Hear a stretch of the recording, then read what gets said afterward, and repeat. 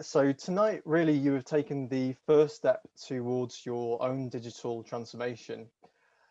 You've ignited that fire in your mind with a new idea, and this idea could have been planted fairly recently, maybe spurred on by recent events this year, or even a few years ago. But the important thing is to remember that this idea hasn't gone away, and hopefully it shouldn't go away. And we'll look more into this tonight. So really the digital environment today, after decades of innovation in digital impressions, is getting harder and harder to ignore. We're going to look at this tonight, and we're also going to hear from somebody who can actually talk firsthand from a dentist point of view about their own digital dentistry, their own digital journey within dentistry. So to show everybody the agenda for tonight, we'll start with an introduction presentation and an introduction to your three virtual hosts for this evening. And then we'll look at other industries which went digital and ended up changing our lives. And we'll look at how this trend is currently impacting dentistry as we speak. So our clinician, Dr. Nick Sisodia, will then share his own experience of his own digital transformation with us. And he'll talk about what embracing digital actually means for a dentist. We'll then come back to myself and I'll give a guide on picking the right scanner for you, things to consider, things to look out for as you make that decision. I'll then also be switching to a scanner which I have beside me. And that scanner is called the Prime Scan, which you may have heard of already. What I'll then do with the Prime Scan is I will scan a model and I will send this live through the internet to Steve, our technician with us tonight. And we'll see things from his point of view. And then we'll wrap up with a brief bit about Dents by Sirona and what you can expect from us as a manufacturer. And then we'll end the evening by opening up to some questions. So please, as we go throughout this evening tonight, if you have any questions as they come to mind, just pop them in the chat so you don't forget them. But obviously you can ask these at the end as well, or you can approach any one of us directly after on a more personal basis. So for your host tonight, first of all, you have myself. So my name is Jack, and I'm the CAD/CAM specialist for London and the east of England. Obviously, I'm not a clinician myself, but I do have the experience of working with clinicians like everybody joining tonight that are on a daily basis, going through their own digital journey. Either they've got scanners or they haven't got scanners, and there are different stages of that. So I've worked with them in every stage. I've currently been a specialist for over a year now, and I've been working with dentists, Dents by Sirona, for over 4 years in total in other fields such as endodontics. I'm also joined by Dr. Nick Sisodia, who is here to share his own experiences during his own digital transformation. Nick is a practicing dentist and the owner of 10 Dental Facial in London, and he delivers lectures internationally on restorative dentistry and is the former president of the British Academy of Cosmetic Dentistry. We are also lucky enough to be joined by Steve Campbell from Nexus Dental Lab, which he opened in 2015 as a fully digital lab. And he is currently the president of the Dental Laboratories Association and an executive committee member of the British Academy of Aesthetic Dentistry. Nick and Steve, would you like to say a quick hello? Hello, everybody. Hello, hello. Thank you very much. So to warm up and to get us thinking in the right mindset for the evening, I'd like to play a quick 4-minute video, which will hopefully open your eyes to the digital world that we're currently living in, not just from a dental point of view. So enjoy.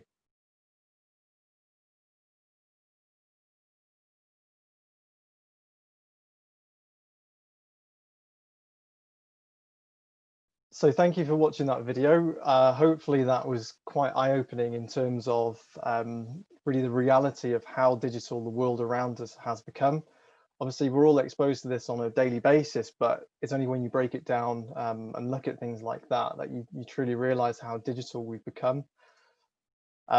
So moving into the second part of this evening, if we ask ourselves what's happening in our own industry currently, obviously observing industry trends is something that we all have to do regardless of our place within the industry, whether or not we're manufacturers or if we're clinicians.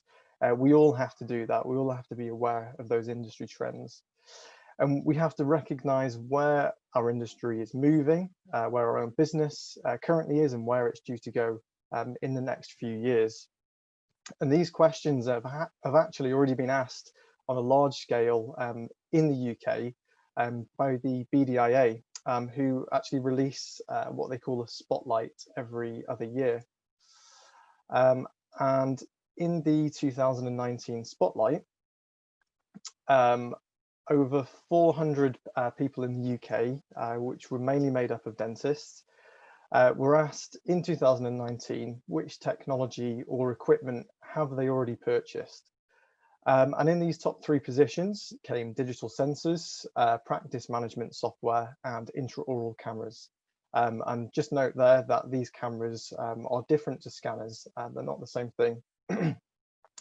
Excuse me. And one of the next questions in the same survey was, what do you intend to buy in the next year following on into 2020? And actually what we can see is the biggest percentage, 22%, answered they were intending to purchase an intraoral scanner as their next purchase. The next along from that, again, as the second highest percentage, was intraoral cameras, which again are different to scanners, but intraoral camera and imaging is something that a scanner can also do. We then, in a global study, Dents by Sirona conducted our own study across the USA, Germany, and Japan, with just over double the amount of participants at 900. And they were asked about 5 developments in digital dentistry which were most important. And intraoral scanners were again in the lead at 62%. They were then also asked when they intended to purchase a digital impression system for their practice. And if we combine the top 3 results, it would come to more than 60%.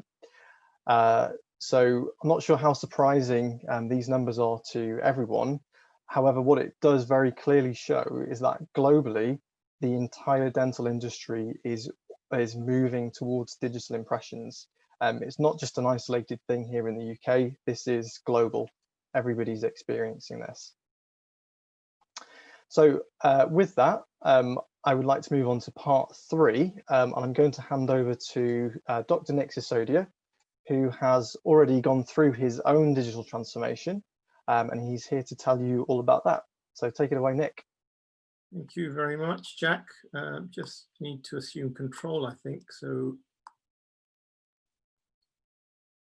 if you could hand that across to me whilst we wait. Am I good to go? Excellent. Thank you, Jack. So need to.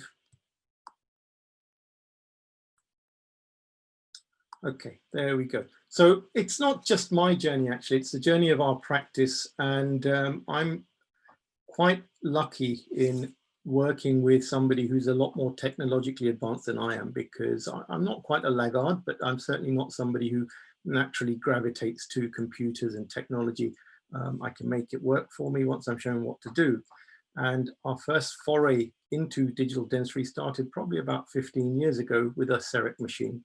And we bought our CEREC machine and we were producing quadrant dentistry, single visit dentistry, restoration, something along the lines of what you see on your screen there. And really that whole journey for me wasn't something that I would have undertaken had it not been for my business partner, Martin Wandeyer, who is far more technologically minded than I am, and has always sought to adopt new technologies if they can expedite time for patients, have a business case for increased productivity, or in some other way benefit patients or the practice. And here you see us both taking very proud delivery of our Prime Scan just over a year ago now. And it's a toy that we've both been using for the best part of that year since. The reason for my own development really, I think, soared when I started meeting lab partners who understood where they should all be going and which direction it's headed in. And we're very lucky there to be working with 3 or 4 laboratories, including my co-speaker tonight, Steve Campbell, who's become a very close friend as well. They've helped me on my personal journey and that of our practice. I mean, Martin and I are dentists, and if your lab partners are not actually on board with this, it's not a journey that you can undertake yourself.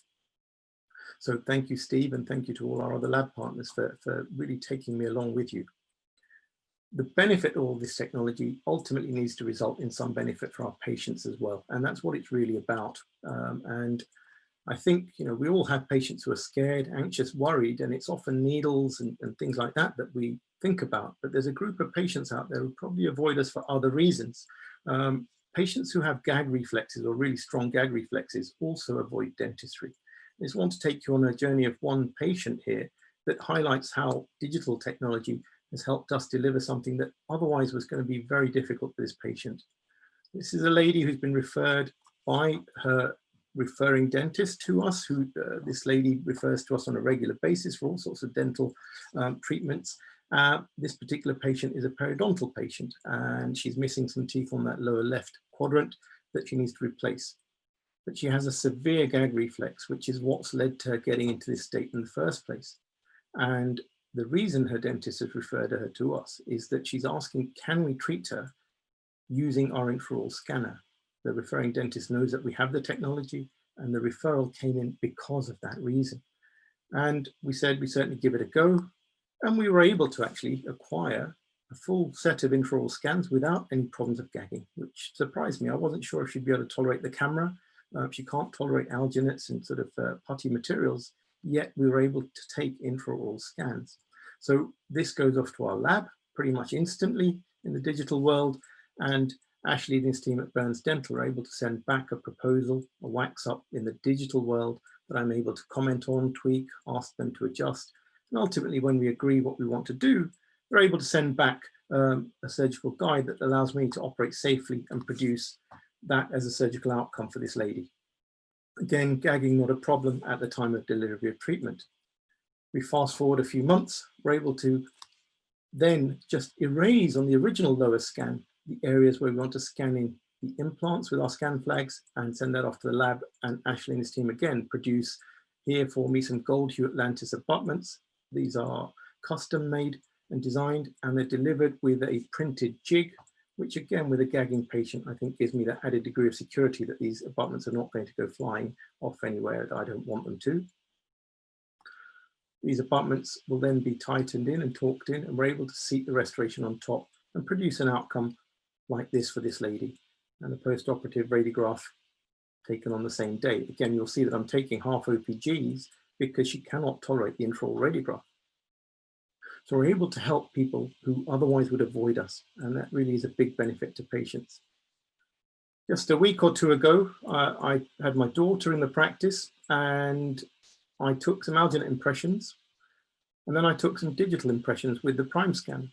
And on the way home in the car, it occurred to me to ask her which she preferred. And she actually said from a comfort point of view, what she called the camera was far nicer than the gooey stuff that I'd used for her.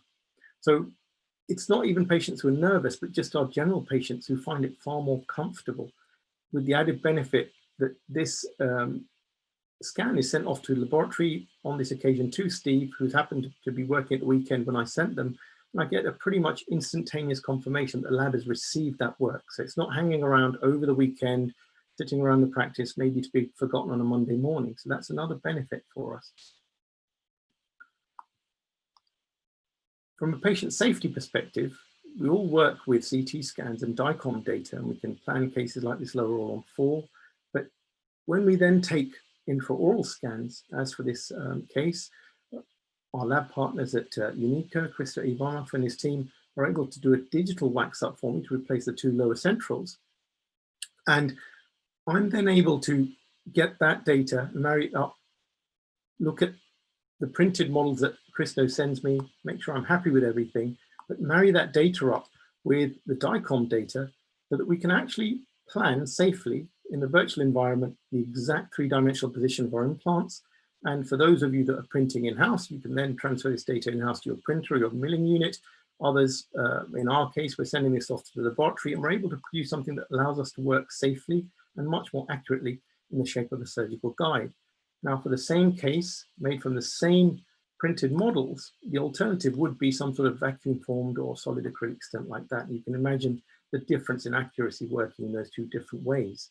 So there really is a patient safety benefit as well as the comfort side of things. From our team's perspective, they really do love this technology. They really get engaged with it. And we have a whole host of our team that are actually taking scans on a daily basis, including our nurses and treatment coordinators. This then serves to free up our dentist time, and time is money at the end of the day. Productivity is increased because me, Martin, the rest of the team can actually spend our clinical time doing other things or seeing other patients whilst our team gather this data for us. And we generally tend to scan these days on the first visit. Our nurses are scanning whilst we're typing up notes or communicating with the lab or doing something else. So we really do get a lot of time saving from this. It also then means that our team are a little bit happier, more satisfied with what they're doing. They get direct face-to-face, one-to-one interaction with patients, which they enjoy. Our treatment workflow involves our nurses. Here you see them taking scans, often explaining things on screen. Patients get involved, start sort of wanting to manipulate the images themselves because the user interface is something they're familiar with from their tablets or their mobile phones. It's a touchscreen device, and patients often start manipulating their own images on the scanner, which is quite nice to see. They really do get involved. From there, often our treatment coordinators will move on to a non-clinical room where they're able to either show the scan or talk about other aspects of the treatment. And it's quite nice that the treatment coordinators are also able to scan and trained to scan in our practice. So we really do have a whole team of people who get involved with this workflow. From a business perspective, the impact has been immeasurable, really. There's a certain wow factor for patients who've not seen this technology quite often. And it means that they really start getting engaged from the outset. They're often taking images that they want to show to their friends or family or significant others. And that's a form of marketing in itself that we wouldn't otherwise have. They then see you and your team as something that's a little bit above perhaps other practices they may have been to for opinions in the past or go to subsequently, which perhaps is more important. Our consumable cost for impression materials and other materials is reduced. Of course, the chair time, as I said, is freed up, leading to increased productivity.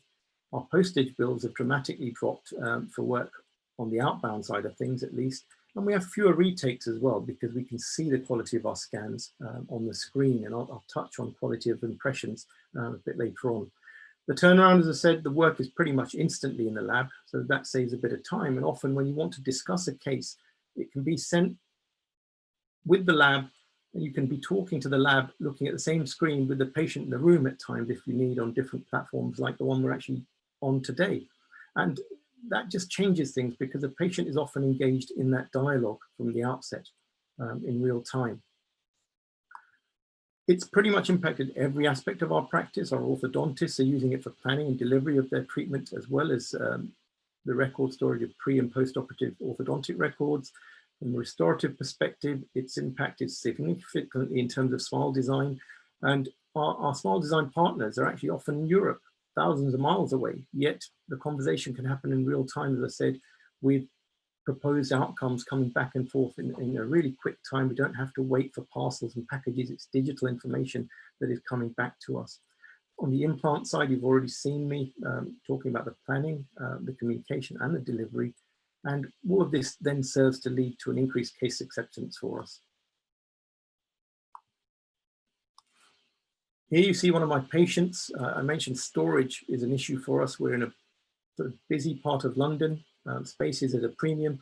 You see Pat, she's had pretty much a full mouth rehab, but in order to deliver that treatment, this is just some of the models that were involved in this case. This is before we had an intraoral scanner. And we have to store all this stuff. And we had a basement that was full of boxes and boxes and boxes like this that nobody really wanted to go and visit down in the basement, full of cobwebs.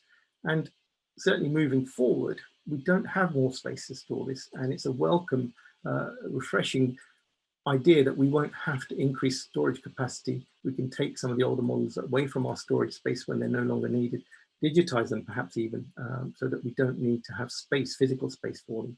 And that is space in London costs money, so there's a business impact there as well for us.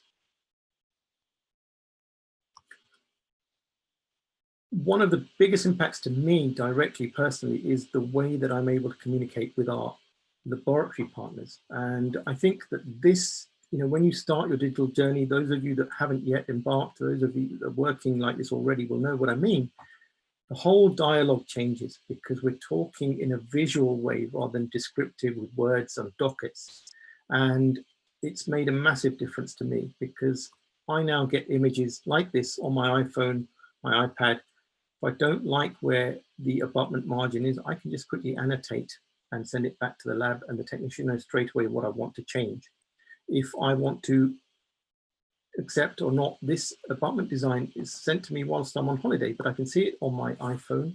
And from the comfort of my hotel on holiday, I can just quickly annotate the image, send it straight back to the lab, and the technician knows straight away how I want to change the emergence profile, how I want to change the abutment margin in terms of where it is close to the gingiva. So it really has changed things. And when we have full arch bridges, we can start looking at where the screw access holes are going to be, start moving them.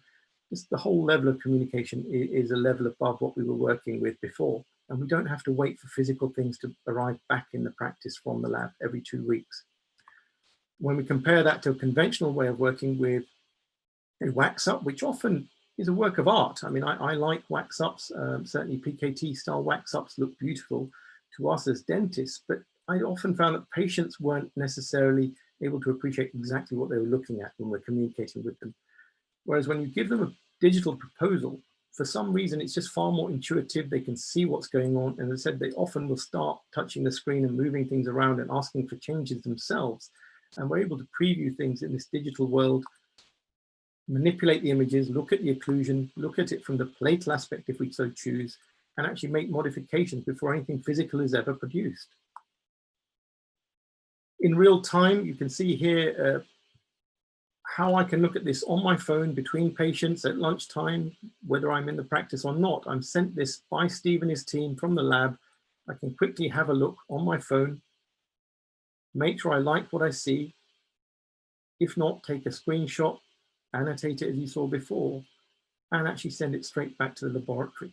And it just means that we're actually working in a completely different paradigm to that which we were before.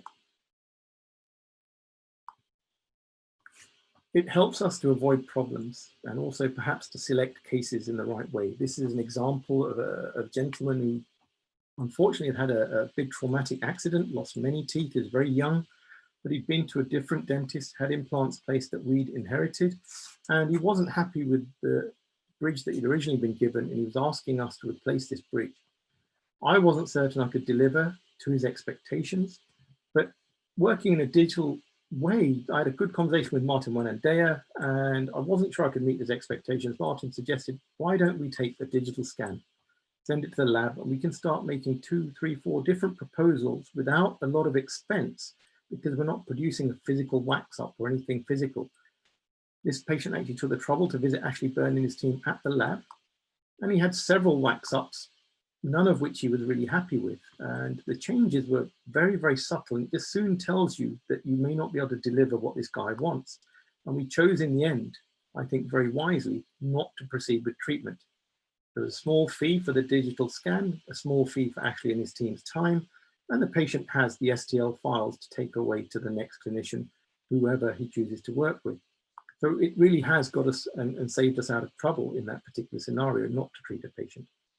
I mentioned poor impressions earlier. We as clinicians can't always see the flaws in our impressions at the time we take them. It's only when they're in the lab and poured up and it's a bit too late. We sometimes are told, look, you need to take another impression. That's embarrassing. You lose clinical time. Many of our patients in our practice come from long distances, so it's not convenient.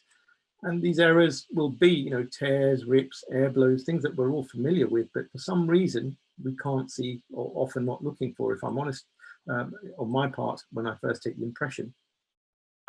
Other common areas that Steve, I'm sure, sees every day in his lab is impressions that are lifting away from the tray, or where the impression material is not even there and the tray is actually perforated through and touching the mucosa and compressing. So all issues with conventional impressions that we can avoid with digital. And the beauty with digital impressions is if we see a problem, we can just go back to a small area and rescan or delete and rescan that one small area. So for me, the time taking conventional impressions is probably no quicker than an intraoral scan, but being able to delegate that to one of my team makes a massive saving for my time. We don't lose impressions in the practice or anywhere else in the post.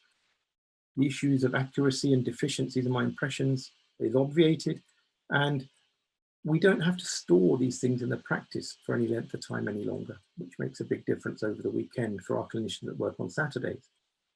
All of that then leads to improved outcomes for our patients, who hopefully are much happier at the end of this journey, much more comfortable, and we've treated them in a safer fashion.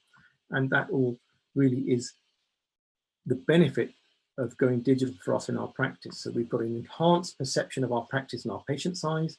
We've got an enhanced ability to communicate both with our team, with the patient, and with our technical team, who are often a long distance away from us. It's greater job satisfaction for us and hopefully our team as well. And we have probably seen an uptake of certainly smile cases, orthodontic cases, and implant cases when patients can see instant proposals up on the screen. So with that, Jack, that's hopefully a small insight into some of our digital journey over the last 10 to 15 years in our practice. I'll hand back over to you. Perfect. Thank you very much, Nick. Obviously, fantastic bit of insight there into from a dentist that has actually adopted a scanner in practice. I'd say the thing that amazes me always about that presentation is the amount of models needed for that one patient. Obviously, that's a side of dentistry that we rarely see, but it's incredible to think how that would be replaced just with a few scans with a digital impression scanner. So so thanks for that. And moving on, in this next section, I'm going to cover really what you should be taking into consideration when you're looking at a scanner. Different factors to take into consideration. Once we've looked at those, I'll then be moving over to the Prime scanner, which I have beside me. And I'll be showing you all how essentially how a digital impression would look, and how that process of sending over to a lab would work. And then ultimately, I'm going to be sending that over to Steve, our technician here tonight, to see what things look like from his point of view. So I would say, first of all, one of the most important things to consider with a scanner is going to be the speed of that scanner. When we're scanning, scanning isn't an exact science. Unlike a lab scanner, which is a machine where we place a model inside, the machine moves it and scans it perfectly from every angle. Obviously, we're humans, we have human hands, we can't maintain a precise speed, a precise angle, as we go around a mouth and we take a scan. So really, we need a scanner that's fast enough to, make up for those quick turns and the erratic movements that we make with our hands. And importantly as well, as we take a scan, we need that assurance that when we take a sweep with the scan, when we take that sweep, when we look at the screen, we haven't missed 50% of that data purely because the camera is not fast enough to keep up with our own hands. So really, when you're looking at a scanner, obviously make sure you test it on a model. If possible, test it on a nurse, assistant, whoever you've got to hand, after you've had a few goes on the model to get comfortable with the scanner. And really, after that small practice, if it's still taking you upwards of 3 minutes just to scan, even on a model, then really that scanner, by 2020 standards, isn't really an optimal scanner. As Nick mentioned earlier, time is of course money, and scanning quickly saves us time and money. And also for the patient, improves their own experience. It's less time that a patient has to have a camera in their mouth taking an impression. Next, I would say, as fantastic as speed is, what would be the point of a fast scan if that scanner despite being fast, is less accurate than a traditional impression to begin with. The whole purpose of going digital is to modernize, and modernize without any compromises. And every aspect of a scanner should be an improvement of what we're used to when compared to traditional impressions. So accuracy with a scanner is measured both through trueness and precision. And this ensures that any crowns, bridges, aligners, anything you get back from a lab will be fabricated accurately without any guesswork from the lab technician's point of view. So really higher accuracy means that your restorations in general will fit better and more consistently. And this leads me into the overall ease of use. And this really should be a massive consideration for you, because it's something that really you're going to start using day in, day out, multiple times a day. And again, as Nick mentioned, it doesn't always have to be the dentist doing the scanning. It could be an assistant. So it needs to be as easy and accessible as possible. And if we think back 20 years ago, even up to 10 years ago, if anyone has tried one in the past, scanners weren't always easy to use, definitely not. So previously scanners, you'd often have to take a spray can and you'd have to spray the teeth first with a powder, just in order for the camera to actually pick up the teeth. And then even then, the images were actually on a per image basis, which you'd usually have to take with a foot pedal and wouldn't be in full color. So really they weren't easy to use at all. Even with modern scanners, which are much quicker and in color often, something to consider is that scanners are, unfortunately, with the amount of technology inside the cameras, larger than the fine hand instruments that you're used to as a dentist. And it can be a bit different taking it into a patient's mouth, first of all, because it is on the larger side compared to your instruments. So because of that, we need to make sure that the soft tissues that we're battling with, be it the tongue, cheek, these are definitely going to get in the way. It's quite common, I'm sure Nick can testify to patients trying to lick the scanner as you're taking a scan. So we need to make sure that the software and the scanner are able to intelligently cut that soft tissue out of the scan, rather than not doing that and making you delete the whole scan and take the whole thing again. And something as well, if we consider not just the physical scanner in your hand, but also the machine that it's attached to, which will be the computer, that's something to consider, because often scanners come in both a cart or laptop version is what you commonly see. So considering the ease of use around that, generally speaking, the cart is the better option to go with. They are much tidier, much cleaner looking, much more professional looking. They can be rolled to you when needed, rolled away from you when not in use. And when we consider laptops, although some of the portability is nice with a laptop, what we have to consider is really a laptop. Often they're not designed to be medical devices. And as such, there are regulations which say they should be about 1.5 meters away from the patient.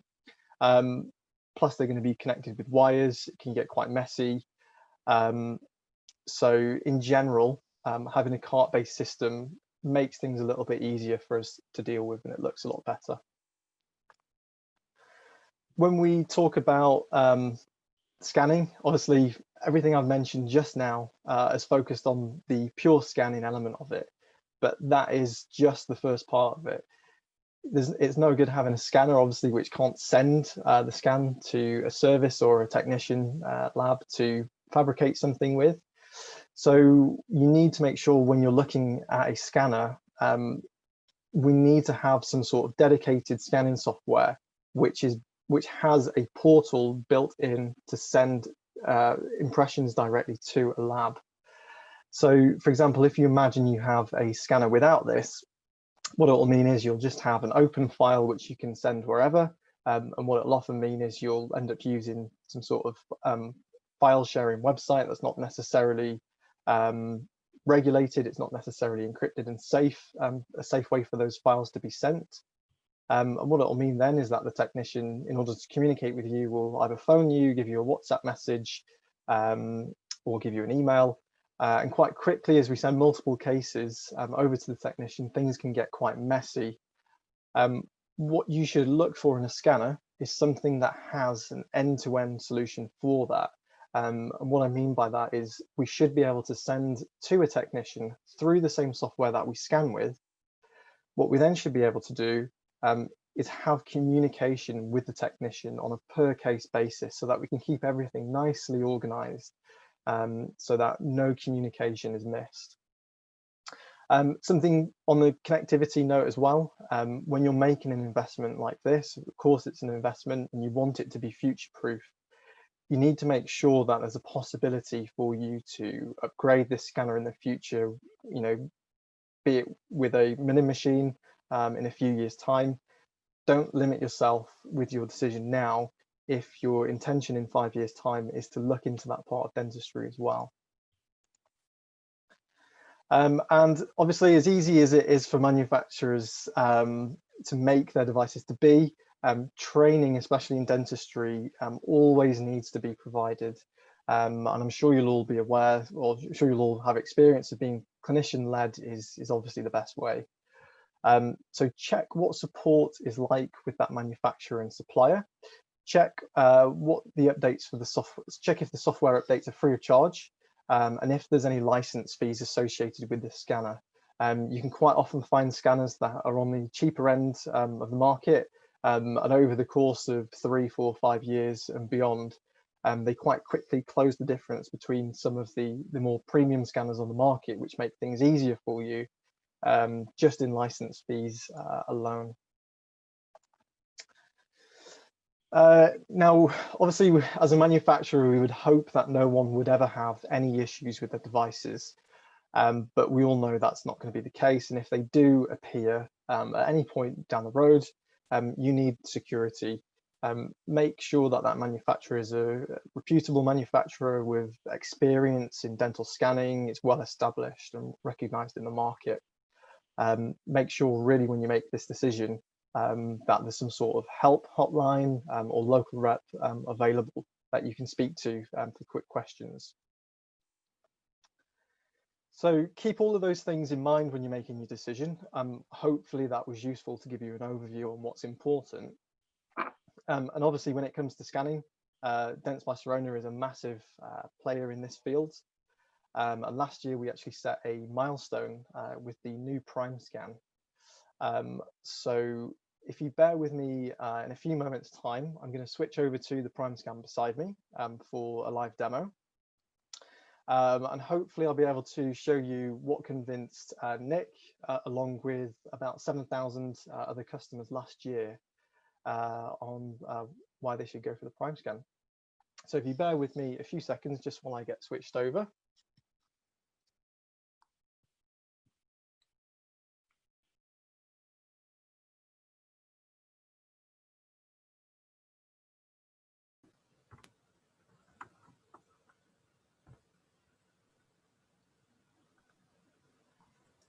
So hopefully you can all see me on my Prime Scan screen. Nick, Steve, sound okay?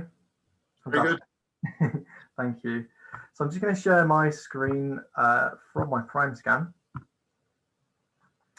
And what you should see on screen now is something that we call is the Connect software. And this software is all one program where you would take a scan, view the impression, we can take a shade reading if we like, and then we can then go ahead to and connect to a lab to send this scan. We'll then see after this Steve's point of view, what he gets at his side. So when it comes to taking a new impression, we can either skip this stage, or without doing any typing, any writing, we can actually indicate for Steve what tooth we're looking to restore, or what sort of restoration we're looking to do, what sort of material. And for this demonstration, I'm going to be, if we can see that there, I'm going to be scanning for this single unit crown prep here. So with my finger, this is all touchscreen. I'm going to indicate which tooth it is. I'm then going to select what material I would like Steve to make it from. So I could click zirconia, click OK, and then I can go next into the acquisition screen. So the prime scan is motion activated. So the second that I touch the camera will turn on, and you should be able to see on the left-hand side of the screen the prime scan, what the camera can see. Now, when we scan, it really is as simple as taking the camera over the model to start creating the impression. And you can see just with one pass like that, I've got most of the occlusal information. Any information the camera's not seen is highlighted by little holes, or in this case, because I've only scanned the occlusal, huge holes. Then take the camera around the lingual and then the buccal. What I can then do is I can zoom in just using my fingers, just like you're used to with an iPad or iPhone, Android device, and I can see any holes in the impression. I don't have to retake the whole thing. I can just go forwards, take the camera over that area and fill it in just with the camera. And for the sake of the impression, for a single unit crown prep, that's all the information that I would need. And I wouldn't necessarily have to take a full arch scan. A quadrant scan would suffice. I'll then move to the upper jaw scan. And for this, I'm going to show you how this would handle soft tissue. So if anything got in the way, so say tongue, as an example, I'm going to use my thumb. So as I take a scan and I get a bit of my thumb in here, you can now see that on screen. Now, in the past, and with some scanners out there, what will happen is I'll spot that I've got soft tissue, hopefully. I'll then have to delete that scan and then start again, which is obviously a pain if you've got all the way around that entire arch to delete it. Again, it's quick to do, depending on the scanner, but it's not optimal. So if I move that soft tissue out of the way and scan over that area, the software is intelligent enough to know that teeth don't move, soft tissue does. So if anything is moved in the scan, it will eat it away. If I then reintroduce my thumb, the software will just reject that from the scan because it knows it's not supposed to be there, and it just eats it away like that. So soft tissue, as long as we're moving it out of the way and scanning that area again, the software is intelligent enough to just cut that away. So I'll just finish off with this upper jaw scan.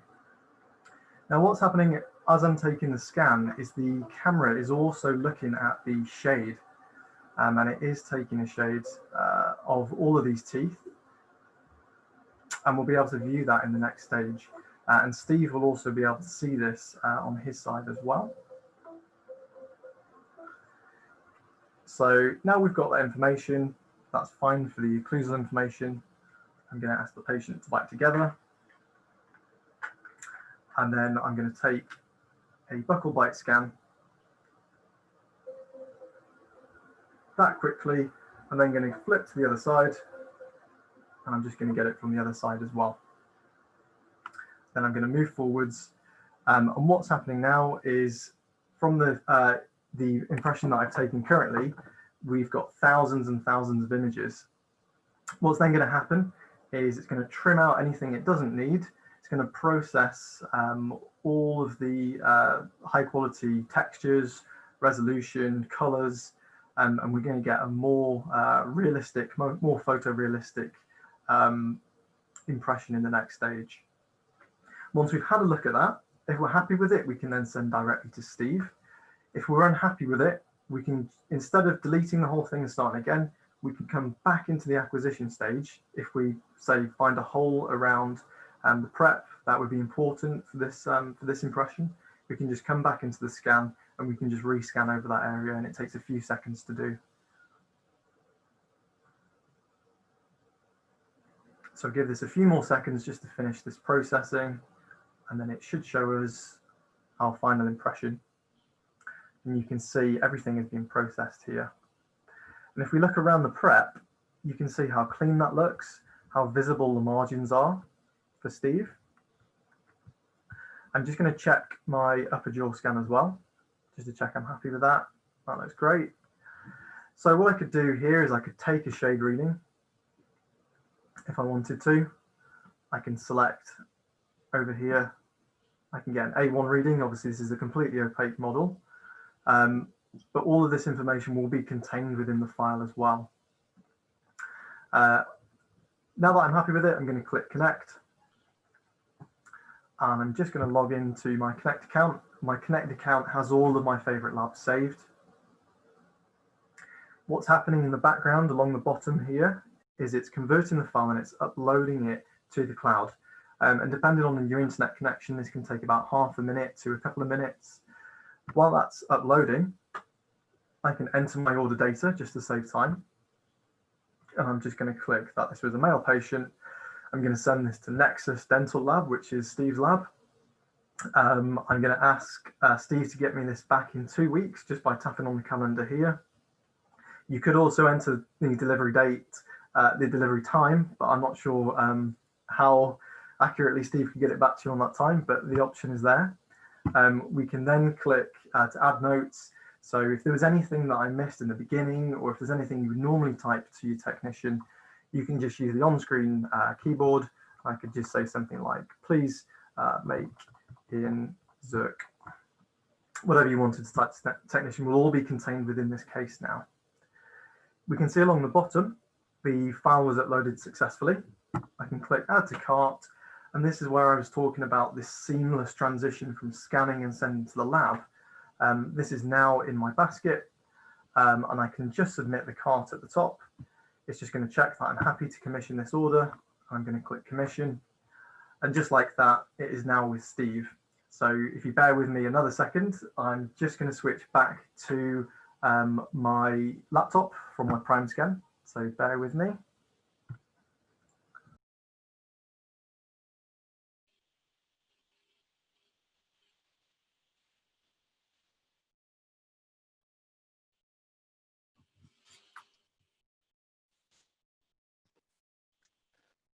And hopefully I should be back. So if I just present my screen again, hopefully everyone can see that. Nick and Steve looking good? Yeah, fantastic, good. Thank you. So the machine you just saw me do the demo off there was the Prime Scan, and this was the body that was actually sat in front of here. This is exactly what was in front of me. I mentioned obviously there's a nice touchscreen we can use our pinch to zoom gestures with. Obviously we've got the motion activation on the camera, makes it very easy to use. There's also a battery inside of the cart, so we can wheel it between surgeries, and it would last about 4 hours on standby, or about 60 minutes of actual scanning time. And importantly as well, it's hard to see from this image, but up close, there are almost no seams with the Prime Scan. So the infection control is very, very easy to manage with the Prime Scan. It's very easy to wipe down. And there are 3 different heads with the scanner as well. So you can choose between a wipeable head, a disposable tip, and also an autoclavable option as well.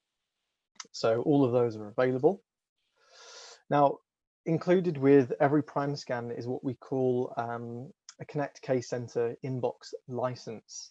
And this is included free of charge. And what this is a license to give to your lab if they don't already have this software.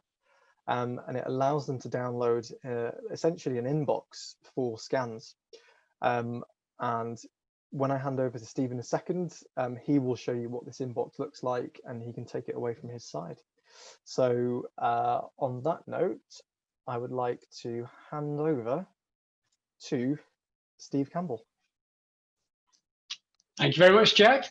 Thank you very much for your time, ladies and gentlemen. I'm just going to switch over now and share with you. Could you just allow screen sharing for me, Jack?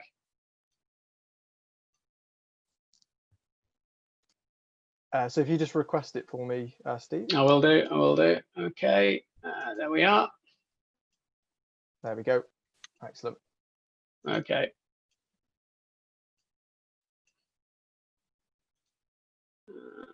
View options.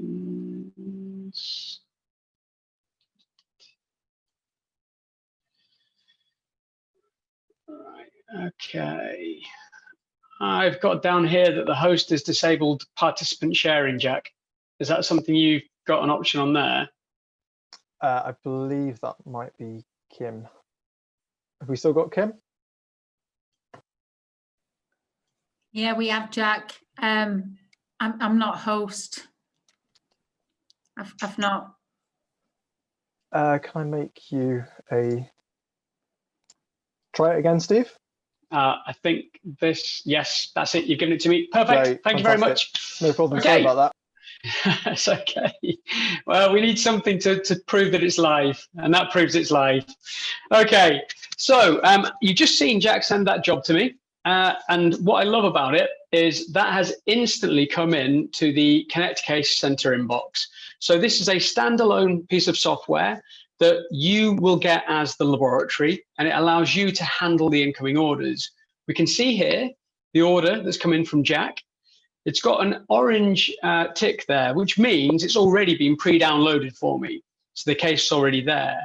I'm now able to accept or decline the case. Now, of course, I'm going to accept it. I like Jack. He's taken a nice scan. He's given me 2 weeks. What's not to like? So I'm going to accept it. And I'm just going to take a moment to thank him.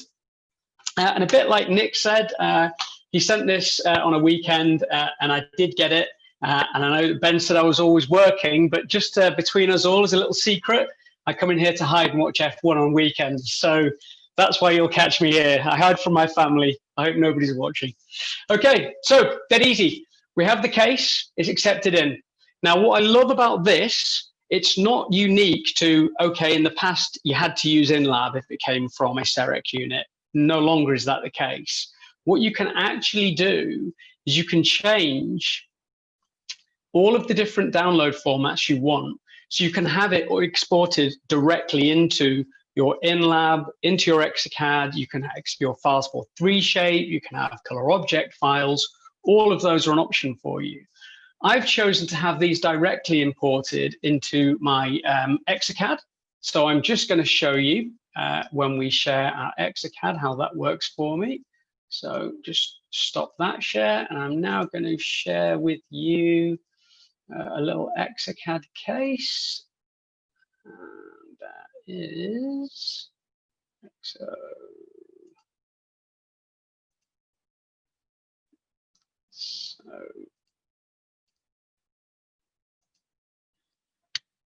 That, let's go to share, and I am not seeing my. There we go.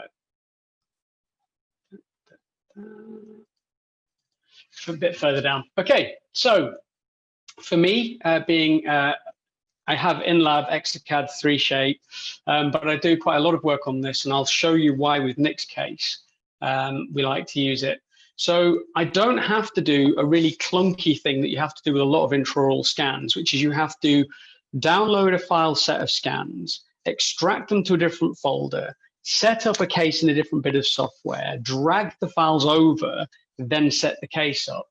Here's the case that we saw come in from Jack. So I'm just going to load it.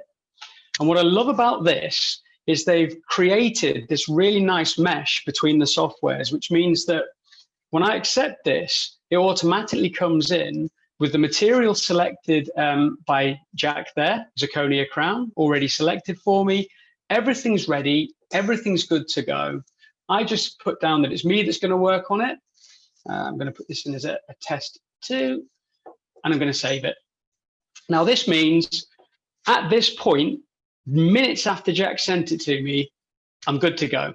We're ready to start sending the cases forward. Now, that's a huge time saving because a lot of the things that we're doing are based on good communication.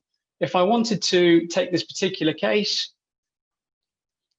and I think I'm gonna have to just new share, and I'm gonna share with you this one that's just opening up.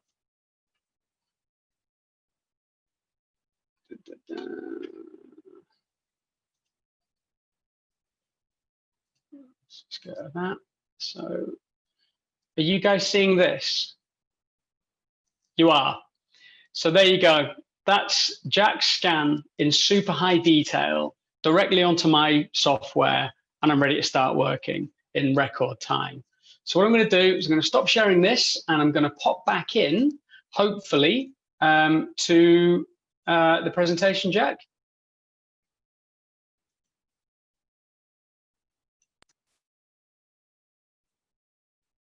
Are you sharing your presentation? Sorry. Sorry? Oh, are you handing back to me? Sorry. Yeah, I'm handing back. I've stopped the share. So if you just pop it back up on the presentation. Yeah, there we go. Absolutely brilliant. Thank you very much. No problem. Do you need control? You got that already? Yes, please. Yeah, I think I'll need control. I've just requested it now. There we go. There we are.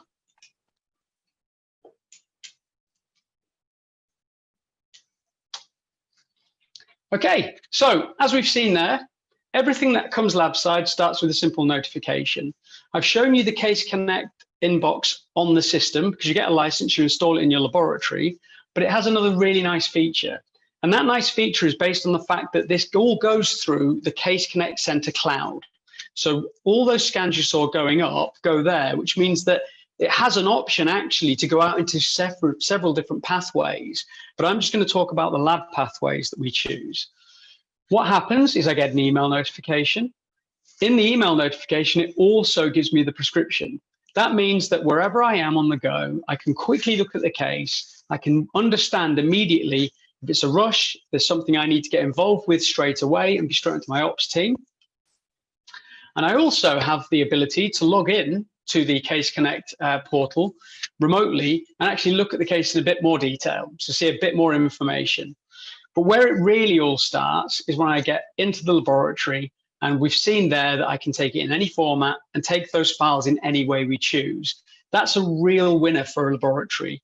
You're no longer hampered by only using certain software partners. Whatever works for you and your clinician, this is what you can utilize and make sure you work that way. One of the nice things I like here is, Jack touched on it, is we have in the bottom additional files. So as well as the scans coming through, you can put photographs with it, you can put additional files, you can put additional STL files with it. And that means that we don't start this whole to and fro of, okay, look, I've sent you this, but I'm going to email you some photos, or actually, no, they might be in WhatsApp. And then my team, my ops team are like, well, where are these coming from? Are they here? Are they there? Are they with the case? Here, it's not fragmented. The problem with digital technology is it's really interesting. I mean, the opening, just the sheer pace of it is mind-blowing. And I love that Jack showed, but it's also very fragmented in many places. And that's not what we want. We want a nice, clean, easy communication workflow. And that's what we get with this Case Connect Center inbox. I can click on the photos. Straight away, we're looking at the case information together. As we've said, whatever your preferred format is, the Case Connect Center inbox can handle that for you. And once I've got a case in my Exocad in this example, now I could have shown this in lab, but the whole idea is to show you that this is an open system. So this is a case that we had in from Nick. Nick's planning to do an implant on that lateral, but Nick wanted to do some pre-planning with that. And normally that would have been a wax up, would have had some impressions in, wax it up, send it back. But what we've done now, just taken it in. I mean, just look at the detail on these scans. Look at the sharp edge definition we have there. And from a technician's point of view, I know it gives you a shade reference, but it's actually really nice to be able to see sometimes some of the staining and smaller details that's going on. You just don't get that in an impression. So we're going to pop this in. And now I'm not saying my job's really easy, but in this scenario, it's really quite easy, because what we took was the other patient's lateral. We did a complete morph of that, used the software to flip and pop it back in. So we're not actually putting a false tooth in this patient. We're giving the patient exactly the biometric shapes of their own teeth. That is one of those patient's teeth back in place. And again, unlike flat 2D simulations, we now move this, we can actually check and make sure that we're right in a 3D volume. It doesn't just look right facially, it's right spatially and the right shape as you come round to that lingual side. And unlike an opaque wax up, you don't just see the surface, we can ghost it. And now we can look at the architecture where it meets the tissue. That allows Nick or any of our surgeons to look at it and decide, actually, am I going to need to do some tissue work, or am I going to be doing something else? All of this information becomes a very rich central source for them. When I'm ready to share my work, which has obviously taken me a long time, I will use this dental share. And that dental share allows me to send an active 3D link And Nick will be sat in his surgery looking at a full 3D rendering of the proposal as I am. And it will have happened almost as quickly as we've been discussing this now. You've seen how quickly I got the work. We genuinely can. If you say, look, I want to talk to the patient about this. Could you receive it at 10 o'clock and make some time to make sure you're there? We could absolutely do that. You could do that with your lab team. Once we get the go ahead, everybody's happy. Instead of the old days of, it's kind of reverse. We'd have to cast the model first. We'd mix it up, dose it, cast it. Make sure you've got a very careful technician who doesn't break the teeth getting it off. Model trim it, let it dry, then you start working. This could be actually days after the initial impression was taken. Now we do the work we want to do, the model becomes the after product. So once we get approval, we'll take the model. There's the pre, there's the post, and it has a really nice feature where it allows us to just literally morph the two together. So we've got our pre-model that we'll use, that we'll design for sending back for the STLs for the guide for Nick, but also we'll send back this post wax up model, which allows Nick to look at the, I think I've had a little bit of a freeze up there actually. Oh, sorry. No, we had to hold it because I had to let someone in. Okay. Okay, right. So that's what happens when we choose to morph it together. Now, there were some times when people used to say, yes, but digital wax-ups, they look fake, they look rubbish, it doesn't look like it, they look like fake teeth. If you look at this digital diagnostic, we've even got the very fine detailing here of those mesial lobes. This is something I must admit that both Martin and Nick did push me on very early on, because we do get in a habit, we do wax up in certain ways, and then they do get pushed out of your bubble, like, no, actually, we want more of this patient's teeth this way, and that's how we're going to do it. So it allows us to do things we just couldn't do before. So there is a definite benefit there for the lab. Once we have that goalpost, that end point in mind, any Atlantis abutments we do, any temporaries we do, everything will have that overlaid again. We'll work to that from beginning to end. What we plan must be what we deliver. And I don't want anyone to get the wrong idea and think that I'm knocking the technical skill that it took to do this, because I am a hand waxer. This is where I started. But the problem with that is, as beautiful as it can look, we don't have all the benefits we've just discussed about enhanced communication, the fact that we can look at it and analyze it in a much deeper way. But it also does take a long time to do something like that. This is Thomas Tell for a very highly skilled ceramist, because really a ceramist should be doing the wax ups because they do understand the anatomy. Instead of working with a wax knife, this is my wax knife now. I work this way every day. If you walk into our laboratory, it looks a little bit more like a design studio than it does a traditional, what you would think of as a laboratory these days. And it's important that we embrace this now. It brings me absolutely no pleasure to say that we always knew we had a problem on our hands with the number of technicians in the UK, because most of us, our average age is now 56 years old as an average. We knew that we were going to have a timeline where we were going to run out of having a good enough workforce. And unfortunately, this past pandemic has literally pushed many labs to closure. It's a terrible situation we find ourselves in. So now more than ever, we really must stop and think. We need to be able to make sure we can do things to the high standards we'd expect from medical devices, but with less people, because the old enemy of time really has just ratcheted up the pressure in these past 100 days or so. So like these chaps, you don't just get your head down and push through this one. This is time for a real stop and rethink. Let's look at what we do. Are the tools good enough? Is that an appropriate way to do it?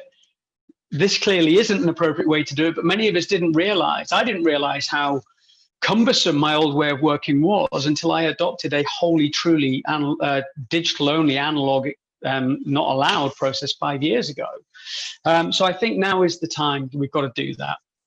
And as well as the great things that we've seen, I think what I'd like to encourage everyone to do it for is because you will actually do this. You will be able to do more than you ever did before. You'll have a bit more time. We've got small studios. We're not some really huge, impressive laboratory setup. So everyone can do this. These are our studios. We're small lab studios. We also happen to be in settings that encourage people to come and bike here. We've had the World Cycling Championships. We've had Tour de Yorkshire. All of these things happen here because we have this all around us. It's unforgiving terrain. It's gorgeous. I love living here. But it's not like it's easy just to pop around and get things done. So we've got to bear in mind that when we're looking at things like this, one of the other great benefits is it allows us to change the people we can work with, change the geography we can adopt and work with. I'm working every day up here in Ripon, and we're on a daily basis dealing with the team in Hassel. I was actually only having a conversation yesterday with Martin Monendaya and Cedric at Hassel and the guys in Mondal, as well as this lucky chap here, Thomas Telfer, who works in our partner lab in Tenerife. Because we now, in real time, communicate and work just like we used to when we had him here.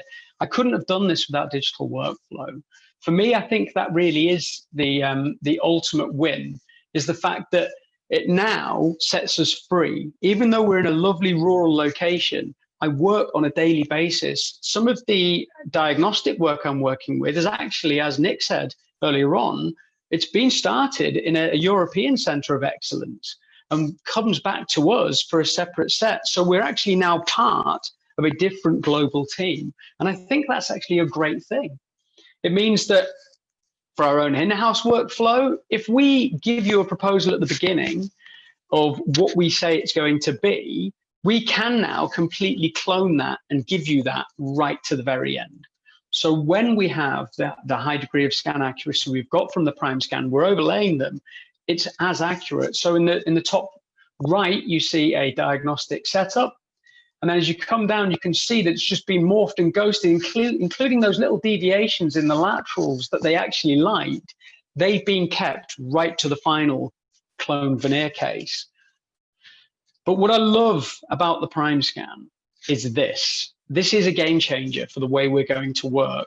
When we were doing full arch work or work where we weren't needing to look at the tissue compression, it was actually sometimes quite difficult because you were getting a scan of the top of the bridge, but it didn't really let us know how much that was coming through the tissue. The reason I've made this green is what Martin did for us. He took off the provisional structure the patient had been wearing, scanned it all, and as you saw from Jack, it takes away their fingers and just leaves them with the structure again.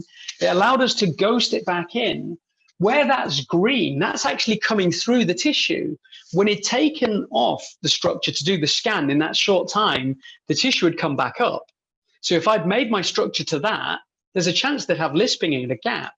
We've brought back the positive pressure we wanted. That's a game changer for the future of dentures. If you can do a very thin pressure pickup, you can scan that with your prime scan and do your edentulous scan. You're well on your way to a full digital denture. So again, this is an immediate load shell with Dr. Martin Monendaya, and that's quite quick and simple. We've done a case like that, but it wasn't quick and simple. These cases come with a lot of interdisciplinary planning, but when we send the information back, Martin's using this with a lot of other people we work with, and then we're importing all of that back in, and we use that to make that shell. We can now work really efficiently, but that's really because we are working as part of a bigger team. So it will be someone else who's maybe doing the wax up, who does a lot more wax ups than we do and is a lot more efficient. Great. As a lab, I don't think any lab now is wanting to say we want all of the work. I think they're looking for what we can really do to add more value. And if there's a better partner that can do another segment, great. So it frees you up as a clinician to choose who you're going to work with. And as we work together as a team, we really are coming round to this goal. Less wasted surgery time, less getting back in your hands what you weren't expecting, less patients not really happy with what they got because it wasn't really what we started off with, because there were tweaks and there were deviations.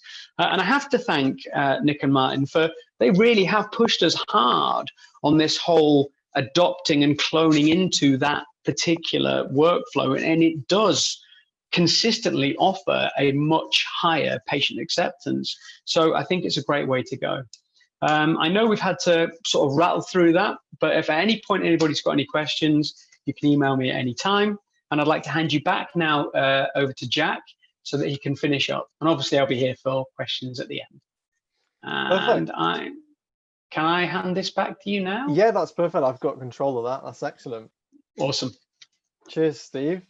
So yeah, coming into the final sort of 15 minutes of this evening, I'd just like to cover a few more things, really, more related to Dentsply Sirona before we open up to any questions. So the prime scan you've just seen me demo on before we hand it over to Steve isn't the only scanner we offer. So on screen you can see our range of scanners to cater to every price range out there, really. So next to the prime scan you can see the OmniCam, which is our previous generation scanner with the new prime scan cart, and to the right of that is the OmniCam AF, which actually isn't connected to a cart, it's connected to a PC at the side of your surgery. I would also like to mention about some of the other indications for the prime scan. So talking, not just on a purely restorative side here, but if we're talking about orthodontics, the prime scan is also compatible with SureSmile, Dentsply Sirona's clear aligner service, for patients wanting straight teeth. To touch on a little bit more on implants, as Steve just mentioned, currently only large implant bridges are the only things that really can't be done yet with intraoral scanners. But I'm happy to say that the prime scan is actually currently pushing the limits of this, and it's still currently a work in progress, but the progress is very positive. And these pictures on screen have kindly been shared with us by Dr. Carlos Rapula from Spain, and he's been happy to test this for us. And then I'd also like to talk a little bit about AuraCheck, which is a tool available on the prime scan that can help you monitor any changes inside your patient's mouth between scans. And this can check for minute changes from gum recession, tooth movements, plaque buildup, and also wear. So, for example, you could utilize this for a suspected bruxist. If they're not quite accepting of that, you could visibly show them on screen. And as Nick has mentioned earlier, it's a fantastic patient interaction tool, and it really helps highlight those changes for them on screen. They can manipulate that themselves. So to come to an end in these final few minutes before we open up for questions, I'd just like to say a quick bit about Dentsply Sirona. So I'm sure some of you are already aware, but we are the largest global manufacturer of dental equipment and supplies all across the world. We currently have a total revenue of about $4 billion US. That was in 2019, and that is shared evenly across the entire world. And we're present in over 40 locations worldwide, headquartered in Charlotte in the US, and manufacturing is mostly done in Germany. And in the UK, we're actually based in Weybridge in Surrey, just outside of London. And globally, we're a 15,000 strong team. So our purpose and mission is to every day empower dental professionals all across the world to provide millions of patients with better dental care and to make people smile. And we empower through innovation. And as the global technology and innovation leader in the dental industry, we actually pour over $150 million a year to just to advance dentistry. And we have currently the largest R&D platform in the industry, with over 600 scientists and engineers. So we truly have a solution for every possible workflow and every possible customer need imaginable. And our digital solutions span across digital implant workflows with solutions like Azento, Simplant, as well as digital restorative workflows like Atlantis and InLab. And last but not least, we also have digital orthodontic workflow solutions such as SureSmile, which I mentioned earlier. So really, whatever the needs you have or the patient has, we have a digital and seamless solution for it. And with that, I hope you'll consider letting Dents by Sirona be the partner of choice on your digital journey over the next few years. And if any of the digital solutions or technologies you've seen today interest you, you can at any time, free of charge, book a one-to-one consultation with any one of our specialists just by going to our website, clicking on the orange book button, and there you can book a one-on-one consultation. So our time together is nearing the end. We're in the final 8 minutes, which leaves us plenty of time for questions. So I would like to thank you, first of all, very much for attending the event. And I'll now open up for questions. So if anyone does have a question, please pop it in the chat. However, I have got some questions that have already come through for me to ask, first of all, Nick, and then I've got some for Steve as well. So for Nick, first of all, when you first started taking digital impressions, how long did it take to scan? The first couple of times probably took no more than 5 minutes. I mean, the learning curve is holding that camera. As you said, it's a bit bulkier than most things we as dentists are used to holding. Mm-hmm. A couple of tricks that Martin and I and our nurses evolved with time. We started using things like Optrogate to isolate, always helped. Having nurse with the suction, you know, early days when the saliva and tissues weren't automatically removed and you had to erase, that was always an issue. So that's a nice touch with the Prime Scan. I've got big thumbs and big fingers and gloves seem to get everywhere, but like you say, it's automatically deleted for me. So it's got quicker, but initially I would say no more than 5-6 minutes. Great, thank you. Next question for you, Nick, is can you scan edentulous cases or edentulous areas? I think you've just touched on something and shown a couple of slides there, and maybe the question came in earlier. I think the answer to that is, can you do it? Yes. Should you do it? Well, I would have to leave the individual themselves to decide. I think with Prime Scan, I think the accuracy is there, but it's not a validated workflow, and that's where the problems might stem from. Mm-hmm. Fantastic, thank you. Lastly, how do your nurses feel using the scanner? They love it, they really do. I mean, we have some of our team actually run what we call scanning clinics. So they have diary time allotted to them, they take it in turns, they have patients booked in from either the orthodontist, restorative dentist, Martin, I, and myself. Our treatment coordinators have a similar time slot, so luckily we've got more than one scanner in the practice because sometimes there is a bit of a queue for these things. So they enjoy it because it means they're getting more involved, and it's not just the routine dentistry they're doing. Fantastic, thank you, Nick. So a question for Steve. As a lab, what software do I need? I think we have touched on this, but if you want to. Yeah, I mean, genuinely, to get going, you just need the Case Connect Center inbox. So obviously, if one of your surgery partners has this, they can actually supply that to you. So if they choose you to be their laboratory, it will be something you can actually get the license for and you can just start on. From that point, you literally can work in any software flow that you've previously worked in and you find convenient. If you don't have software, there are so many partners now, you can take that file and have someone do a model. Ashley Byrne, for example, does model build and prints for other labs who don't have that capacity. So don't think you have to have it all to start. Take that little step in. just start accepting them for design. Let someone else do the printing, start with. We still use Atlantis for all our abutments. We use Element from zirconia milling. So don't feel you have to make a huge financial purchase. This really is that lovely entry point where you can just try a bit. If it starts to go well, grow a bit more. Before you know it, you will have wholly adopted a digital workflow. Fantastic. Thank you, Steve.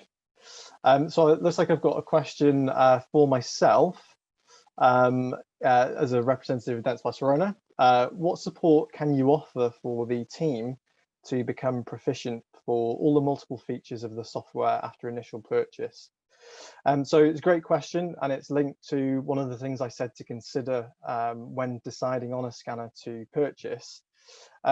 Really, in terms of the after sales that's offered when purchasing a scanner in terms of training, there will be an initial training on site when one of our suppliers will actually come and install the machine.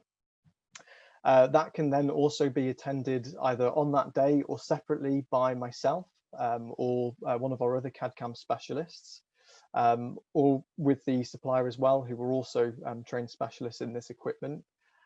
So we can do in-practice training, and we can also offer virtual training as well, if that works easier.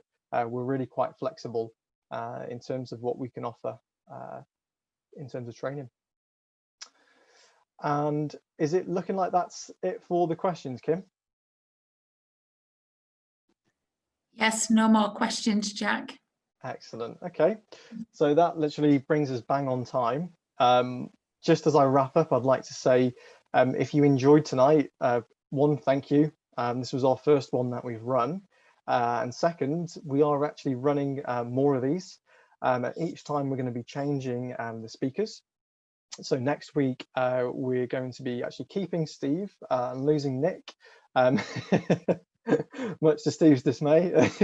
But we're going to be introducing Martin Wanadea as our clinician for next week. And I believe the week after that, we're also going to be doing a single visit dentistry focused evening with Emma O'Connell. And in that evening, I think we may also be doing some live manufacturing of restorations, I believe, is what we're aiming to do with that. I won't be the specialist on that one. It will be with my colleague, Simon. So yeah, I would say keep active on our Facebook page, and that will have all of the latest digital transformation evenings on there, and visit the website as well to see them. They're all there listed where you signed up for tonight. So to finish, I would like to thank you for spending this time with us. Obviously, really appreciate your interest into starting a digital journey. You know, if we will actually we will be contacting you to schedule an appointment if desired, where you can actually test the prime scan or one of the OmniCams in practice, if that is something that you would like, or we could set up a one-on-one consultation with one of my specialists, either myself, Simon, or Andrew. We're quite a small team. So yeah, I hope to see you all again in one of the many future events that we're holding. And I hope that we can be part of your own personal digital journey.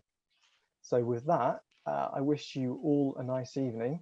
And from myself, Steve, and Nick, and everyone from Dentsply Sirona, goodbye. Have a nice evening.